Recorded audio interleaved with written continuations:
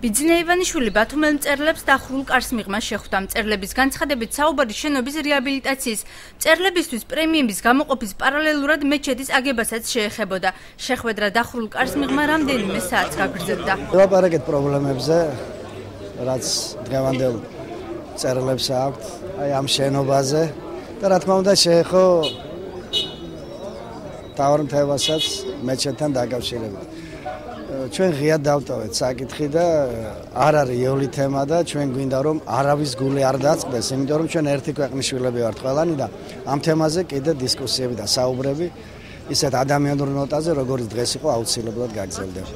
საქართველოს პრემიერ-მინისტრი მწერლებთან შეხვედრის შემდეგ მცირე კომენტარით შემოიფარგლა. ბიძინა ივანიშვილის განცხადებით მან მოიწმინა მწერალთა მოსაზრება მეჩეთის აგებასთან დაკავშირებით, თუმცა კონკრეტული გადაწყვეტილება ჯერ მიღებული არ აქვს.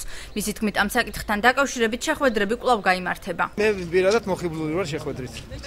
მე ვნახეთ დღეს ძალიან ბევრი გულწრფელი, არა მარტო პოეტი და მწერალი, ძალიან ბევრი გულწრფელი მოყვარული საკუთარი სამშობლოს და კარგად რო იცის საჭირდება ჩვენს ქვეყანას. ვიმჯელეთ, მეჩეთსაც ვიმჯელეთ, კარგად ვიმჯელეთ, ყველაფერზე კარგად ვიმჯელეთ და კარგადაც შევჯერდით.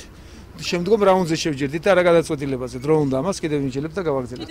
საქართველოს პრემიერ-მინისტრმა აჭარის მთავრობის თავმჯდომარესთან ერთად ბათუმის დრამატული თეატრი მოინახულა. დრამატული თეატრის დირექტორის განცხადებით, შეხვედრის მიზანი შენობის რეაბილიტაცია იყო. შეხვედრა დახურულ კარს მიღმა მიმდინარეობდა, პრემიერ-მინისტრმა თეატრის შენობა უკომენტაროდ დატოვა. პროგნოზი გავაკეთეთ სამომავლო, რა მიმართულებით უნდა განვითარდეს, ზოგადად სამომავლოდ ყველაფერი. ქართულ ფონდი აფინანსებს თეატრის რეაბილიტაციას და პლუს ბიუჯეტიდანაც შეიძლება დაფინანსდეს ნაწილობრივ ეს პროექტი. მიდის რეაბილიტაცია, პრემიერმა გადაწყვიტა მოენახულებინა არსებული სიტუაცია, რა არის დღეს და ალბათ მშენებლობის პროცესსაც დააკვირდება. ბიძინა დაინტერესდა, რა სამუშაოები არის ჩასატარებელი თეატრში, გაეცნო პროექტს, რომელსაც თავად ქართული ჯგუფი აკეთებს.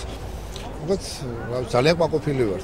სხვა შორის ეს პირველი შემთხვევა, როდესაც ასეთი რანგის ადამიანი მოდის თეატრში და დაინტერესებულია ძალიან ესეთი წვრილმანი რაღაცეებით, აი სად რა უნდა იყოს, როგორ უნდა იყოს თეატრი, როგორ უნდა გარემონტდეს, რა პრობლემები აქვს თეატრს. საქართველოს პრემიერ-მინისტრმა რეგიონში პირველი ვიზიტი დაასრულა.